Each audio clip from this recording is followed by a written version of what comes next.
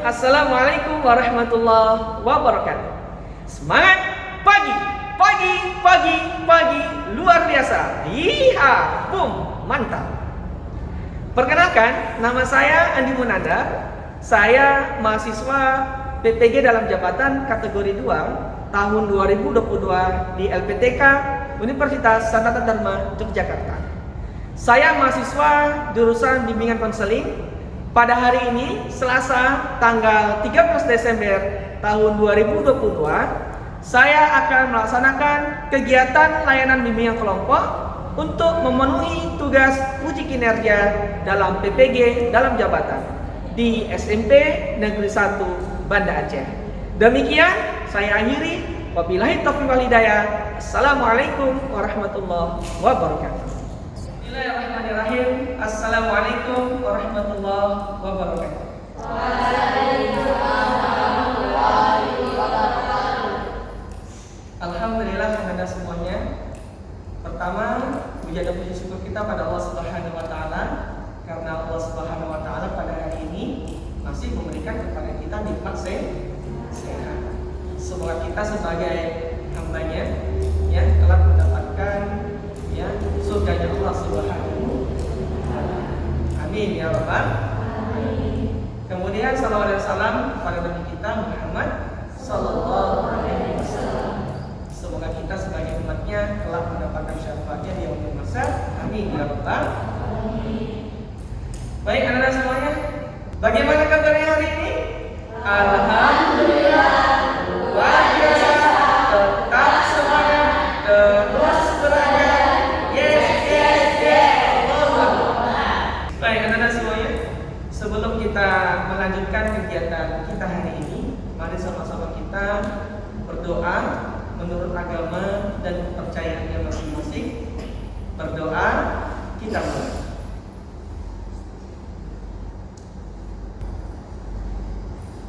Berdoa selesai.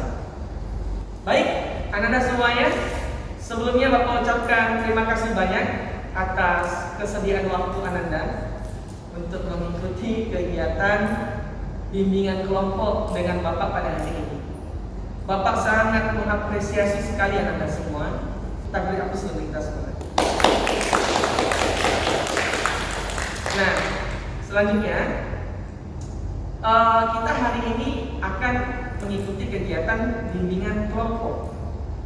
Jadi, bimbingan kelompok itu salah satu jenis layanan yang ada dalam kegiatan bimbingan konseling.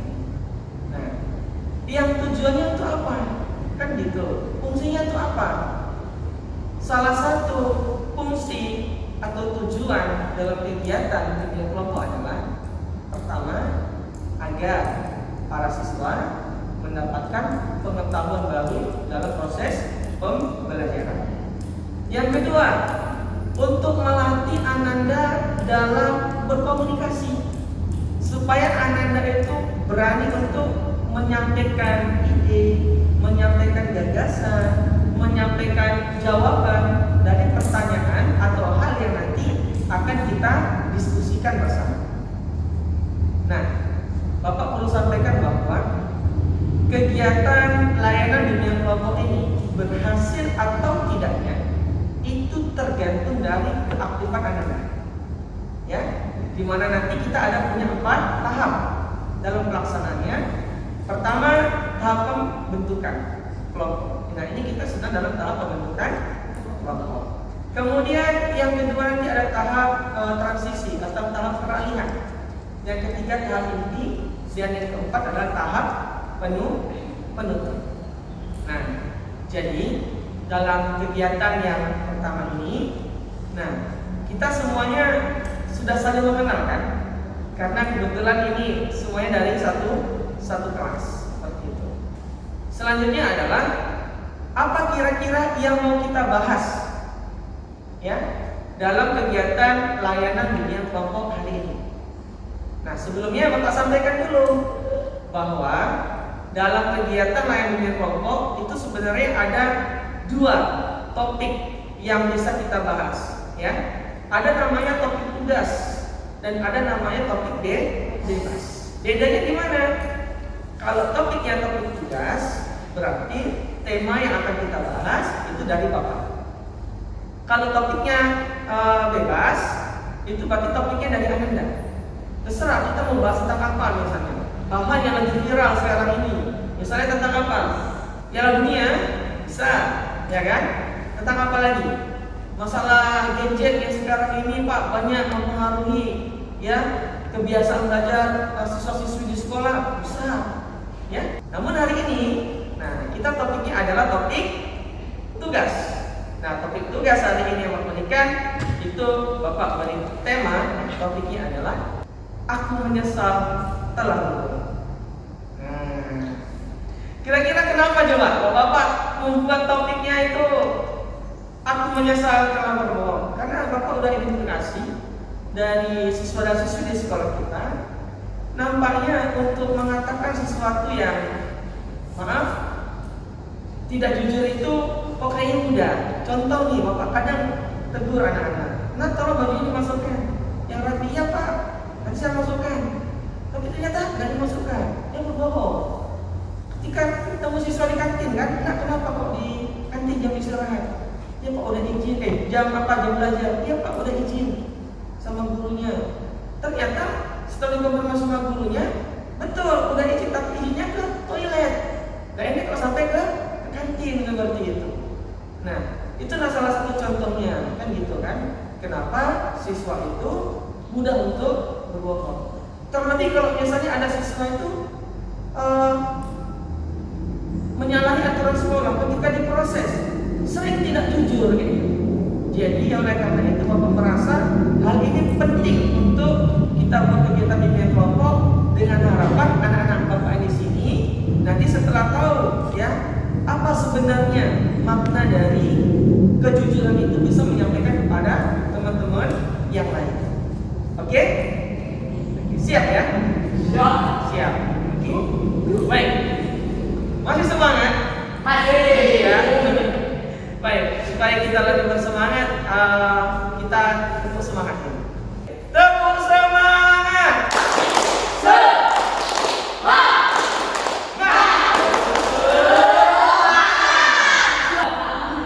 Oke. Nah, kira-kira dari kegiatan awal ini, Ananda sudah jelas belum mengenai tentang bimbingan kelompok? Sudah? Sudah? Oke, sudah. Intinya begini, berhasil atau tidaknya kegiatan bimbingan kelompok ini tergantung keaktifan Anda. Jelas ya? Oke.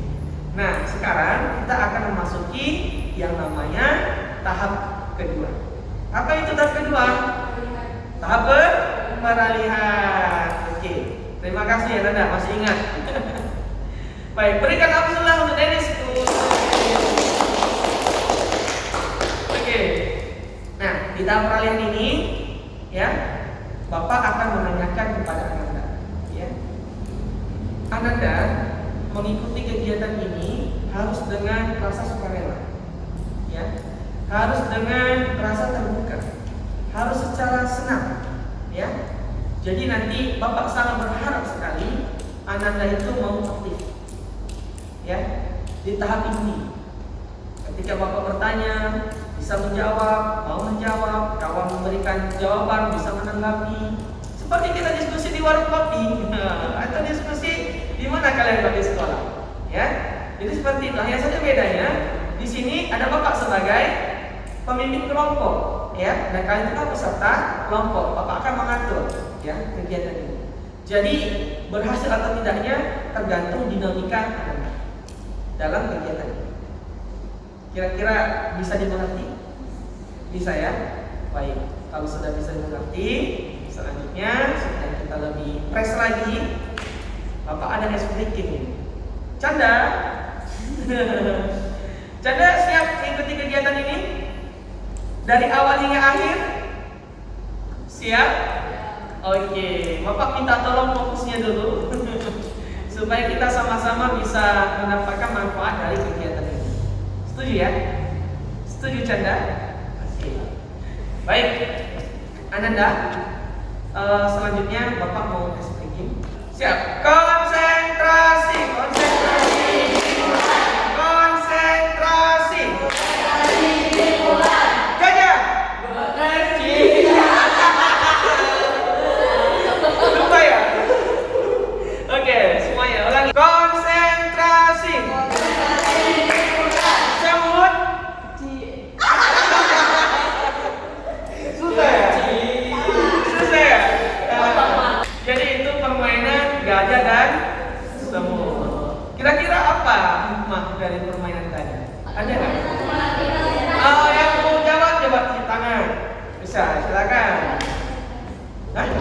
Melatih konsentrasi. Selain melatih konsentrasi, kira-kira melatih apa lagi? Menyebut. Jadi hikmahnya tadi kalau udah disebutin ada 4, ya.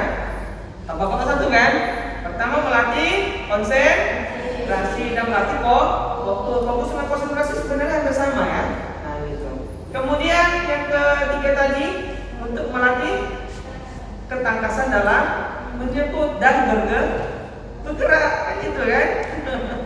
Nah, yang keempat adalah melatih untuk supaya telinga kita bisa mendengarkan lebih baik sesuai dengan perintah. Setuju? Baik. Itulah namanya permainan gajah dan semut. Selanjutnya kita akan masuki tahap inti, yaitu kita akan membahas ya tentang topik yang tadi telah Bapak sampaikan. Topiknya itu apa? Aku menyesal telah berbohong. Berarti kita akan membahas tentang kejujuran. Apa itu kejujuran? Manfaat kalau kita itu jujur bagaimana? Kan gitu kan? Kalau misalnya dalam kehidupan kita nggak jujur itu apa yang akan terjadi? Iya kan? Nah, jadi kita akan bahas itu. Nah, sekarang Bapak mau tanya pada Anda. Silakan untuk memberikan argumen. Menurut Anda, ya, jujur itu apa sih? Ah, silakan, Dennis.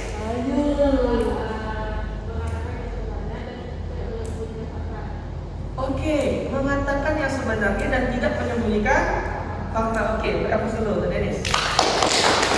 Oke, ini perwakilannya laki-laki udah ini. Perwakilan perempuannya bagaimana? Apa itu jujur? Coba. Ya, silakan.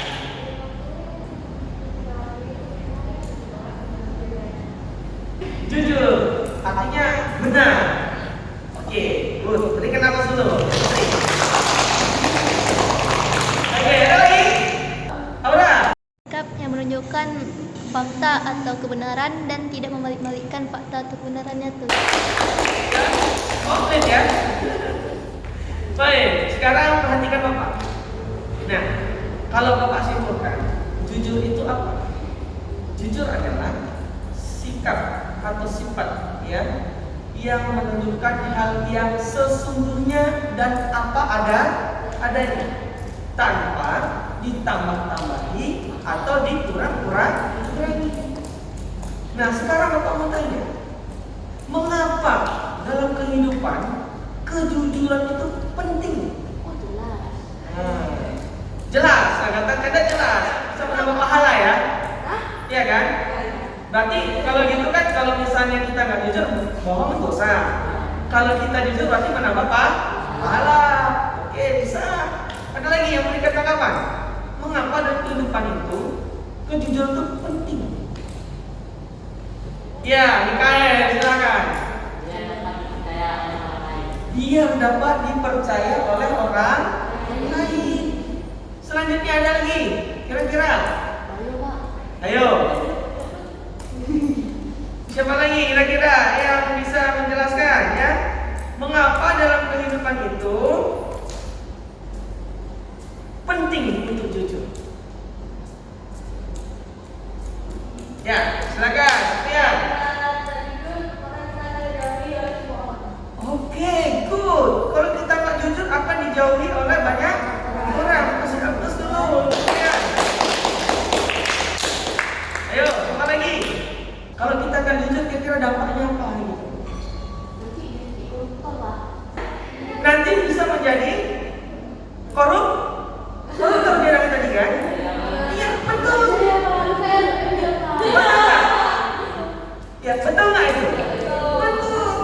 Andai kan kita nggak jujur, kemudian nanti kita nih, misalnya anak bapak, alhamdulillah masa depannya baik, bisa menjadi pejabat. Andai kan nggak jujur, maka bisa nanti tersandung kasus korupsi, hingga dijuluki menjadi seorang koruptor.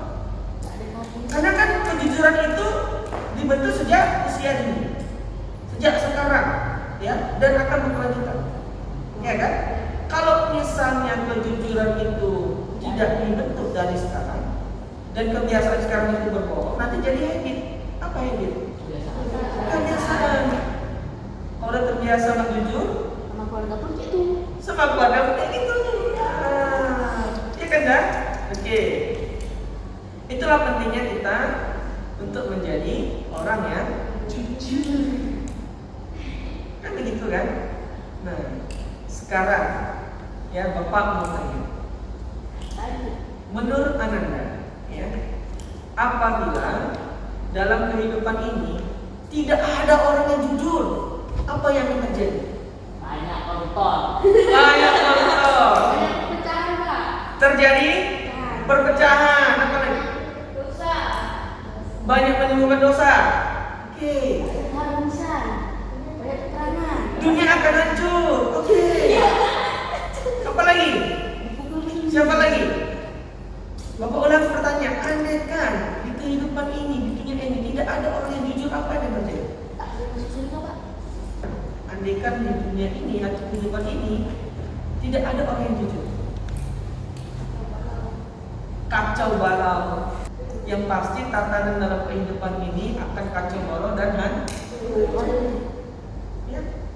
Dan yang pasti, ya, ketika orang berbohong tidak jujur, itu akan menimbulkan dosa. Ya enggak? Maka oleh karena itu, setiap diri kita dituntut untuk menjadi orang yang jujur. Karena dalam penilaian integritas, ya, integritas seseorang itu nilai utama itu adalah kejujuran. Apalagi nanti Anda kalau sudah menjadi orang besar, ya, menjadi kepala keluarga dalam rumah tangga, memiliki pekerjaan, ya. Kalau contoh-contoh perilaku nggak jujur di sekolah, kira-kira siapa yang bisa contohin? Silakan.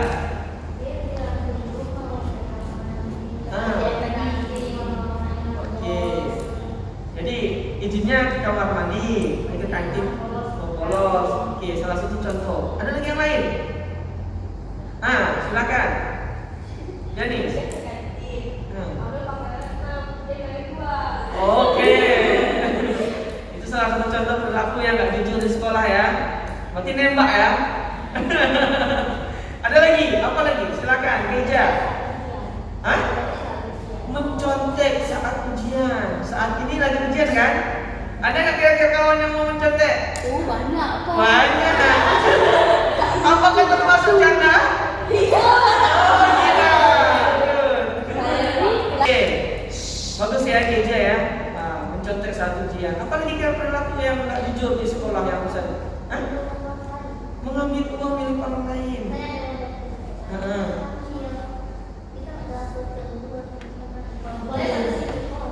Diambil ya, itu perilaku yang tidak jujur. Ada lagi ya, good ya, bagus. Ada lagi? Nah, silakan, kita lihat.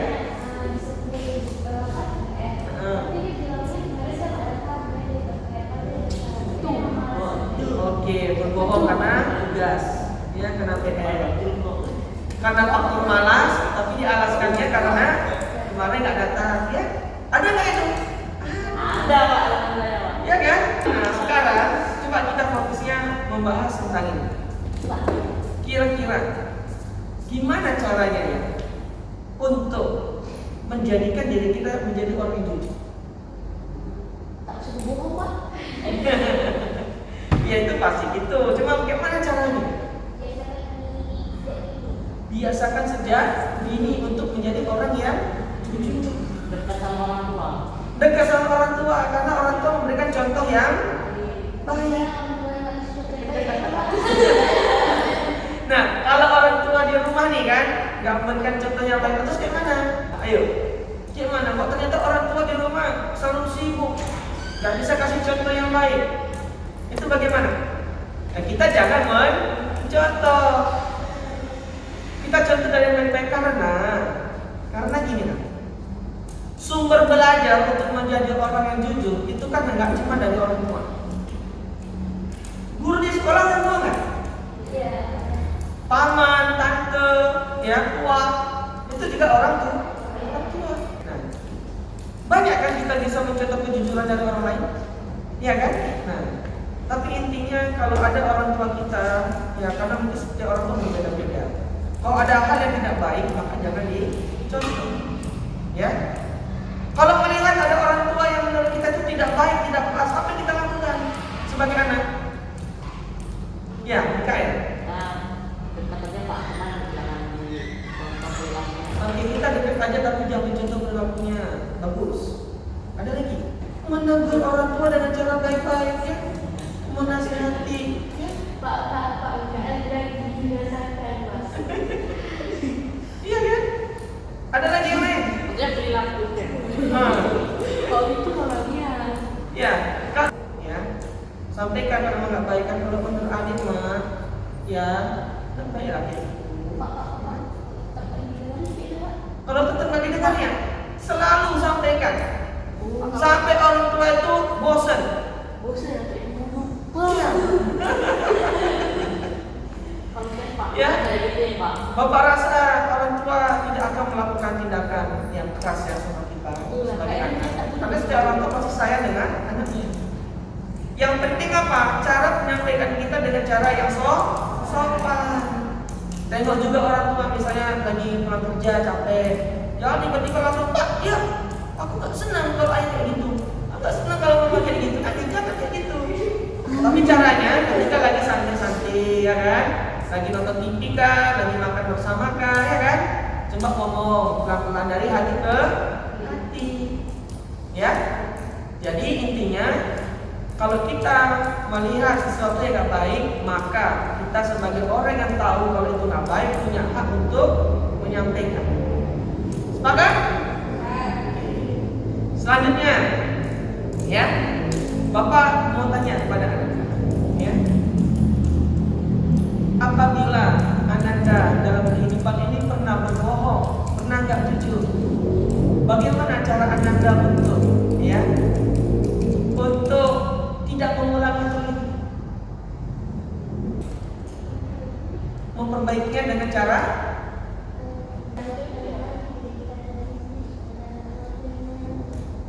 oke, good.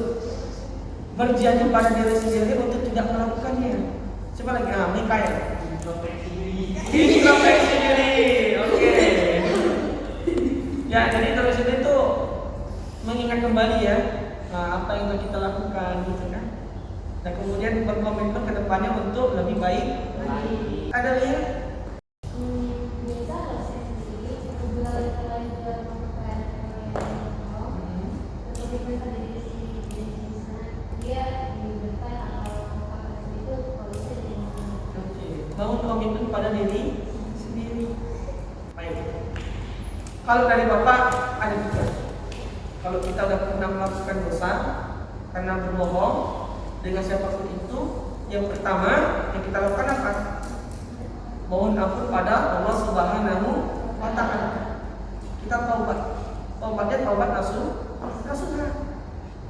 Berarti kalau udah kita niatkan untuk taubat, mohon ampun pada Allah Subhanahu wa Ta'ala, dia tidak akan mengulangi lagi.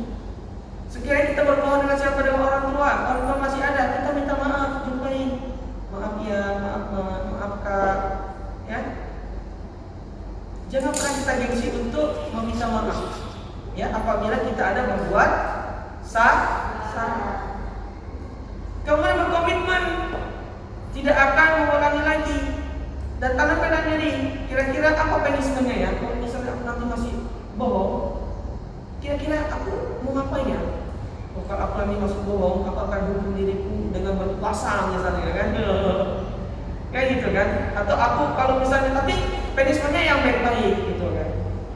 Yang selama ini mungkin kita melakukannya. Contoh misalnya, kalau aku masih bohong, ya, aku akan keluarin uang untuk sedekah, kan gitu kan? Jadi harus ada komitmen dalam diri. Yang ingin Bapak sampaikan adalah di dalam kehidupan kita harus menjadi orang yang jujur. Mengapa kita harus jujur? Karena sikap atau sifat jujur itu menjadi sifat atau sikap dasar, prinsipil dalam kehidupan, yang akan mencerminkan sikap atau sikap kita yang lainnya. Ya, seperti itu. Jadi kalau kita sudah terbiasa menjadi orang yang jujur, insya Allah untuk sikap kita atau sifat kita yang lainnya pasti ya akan juga baik.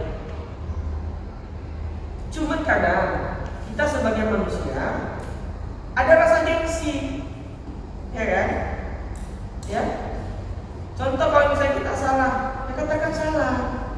Kalau benar katakan benar. Jangan nanti ketika salah karena gengsinya menganggap dirinya benar.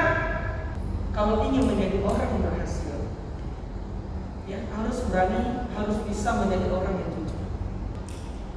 Karena dalam prinsipnya begini, 1000 kali kita jujur, tapi sekali saja kita bohong, orang akan ingat 1 kali yang kita bohong. Sekarang terakhir, pertanyaannya. Sekarang, kalau Ananda, entah itu di sekolah, entah itu di rumah, melihat ya teman atau salah satu keluarga atau siapapun itu yang tidak jujur dan Anda tahu kebenarannya, dan orang itu mengatakan hal yang tidak jujur, apa yang Anda lakukan?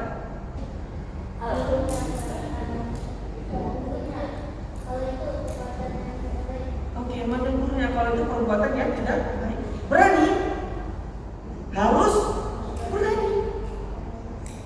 Jangan gengsi, ya kan? Oke, berikan tepuk salut dulu untuk Aura. Untuk Aura, 1, 2, 3. Salut, salut, salut, salut, salut. Kalau kita melihat hal yang tidak jujur di sekitar kita, maka kita harus berani untuk menegurnya. Jangan kita diam-diam saja. Tapi dengan cara bagaimana negurnya? Bapak boleh main bisik? Boleh main bisik? Boleh main bisik? Tidak, boleh. Caranya gimana? Kita ingatkan dia, kita ajak ngomong dia, ya. Dan usahakan jangan di depan umum. Aku tahu kebenarannya, kamu bohong. Jangan katakan gimana, ya. Ingatkan dengan cara yang baik. Tapi kalau orang bohong itu kita tegur dengan cara yang tidak baik, maka dia akan marah. Yang butuh kita sentuh apa? Hatinya. Intinya dalam tahap inti kegiatan dunia kelompok ini, ya, Bapak ingin agar Ananda itu ya bisa meningkatkan kejujuran, bisa menjadi orang yang jujur, berani untuk menegur, mengingatkan teman atau siapapun, ya. Ketika melihat yang tidak jujur, yang berbohong, Anda tegur dan ingatkan. Jangan diam-diam saja. Bisa kira-kira? Bisa? Siap? Siap ya? Alhamdulillah. Baik. Kira-kira ada pertanyaan? Oke. Sekarang kayaknya bertanya, kawan-kawan atau orang yang nggak percaya, apa yang kita lakukan lagi? Ayo berikan tanggapan. Siapa berikan tanggapan? Dengan pengalaman saya, Pak. Jadi dengarkan dulu, dengarkan pengalaman. Oke aja.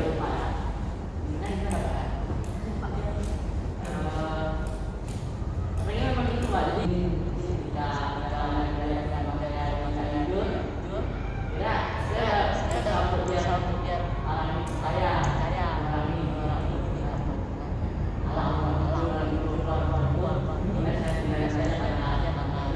saksi lah, Pak. Saksi ya.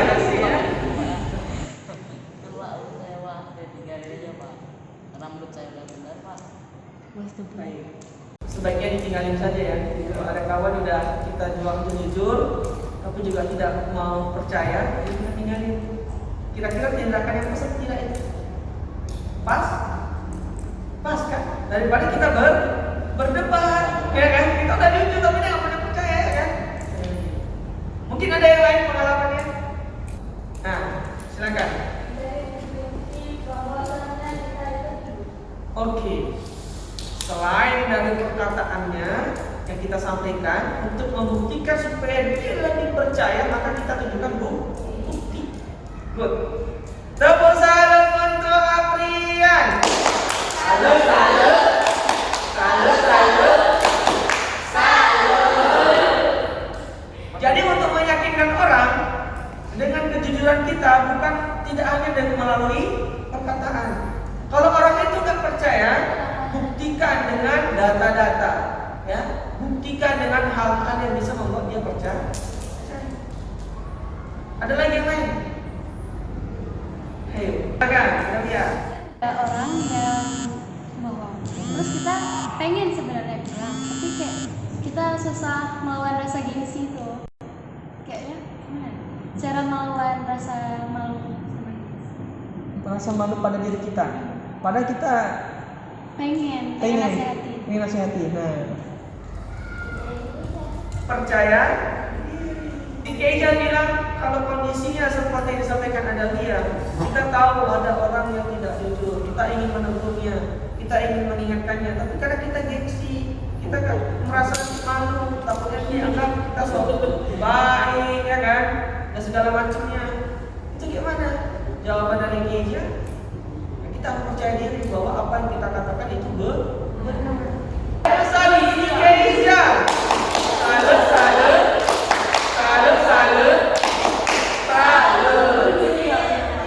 Benar ya. Selanjutnya nanti kita akan memasuki tahap yang terakhir, yaitu tahap penutup. Namun Bapak mau tanya, sebelum Bapak akhir tahap ini, apakah materi tentang kejujuran, ya, itu sudah kalian dapatkan?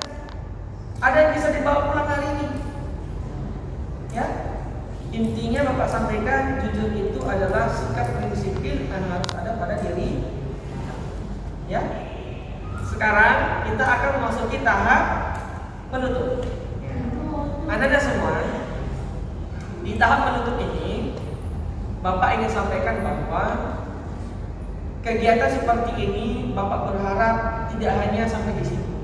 Artinya kita masih bisa bertemu lagi di kegiatan-kegiatan selanjutnya dengan topik yang berbeda. Ya, kalau hari ini topiknya itu dari Bapak, mungkin kalau kita nanti buat kegiatan lagi itu topiknya dari kalian. Masing-masing nih kasih topik apa. Kegiatan ini ada manfaatnya untuk Ananda yang bisa dibawa pulang dan bisa diterapkan dalam kehidupan sehari-hari. Yuk, kalau misalnya selama ini kita masih ada tidak jujur dengan orang tua, dengan teman, dengan jujur dengan siapapun, ya. Bapak mengajak supaya kita bisa bertobat, ya, supaya kita bisa berkomitmen dalam diri untuk menjadi orang yang lebih baik lagi dengan kita menjadi orang yang jujur, ya.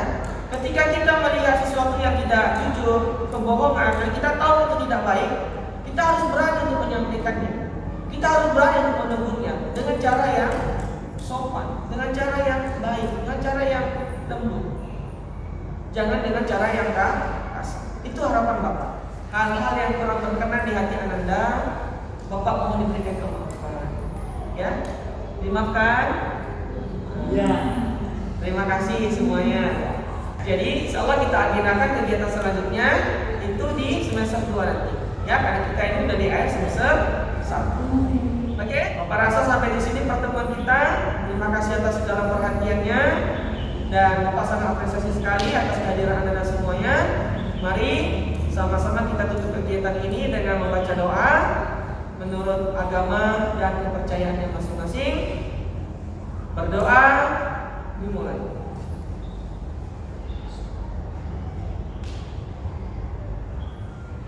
Sebelum Bapak akhiri, Bapak ada lembar evaluasi, lembar refleksi dan lembar pilih diri, ya. Silakan Anda isi jawabannya, ya. Masing-masing satu orang.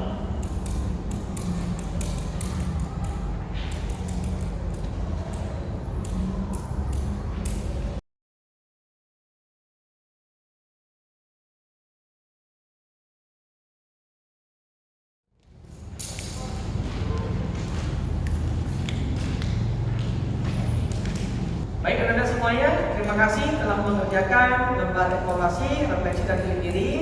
Semoga kegiatan ini bermanfaat untuk Anda semuanya. Bapak akhiri, wabillahi taufiq wal hidayah. Assalamualaikum warahmatullahi wabarakatuh.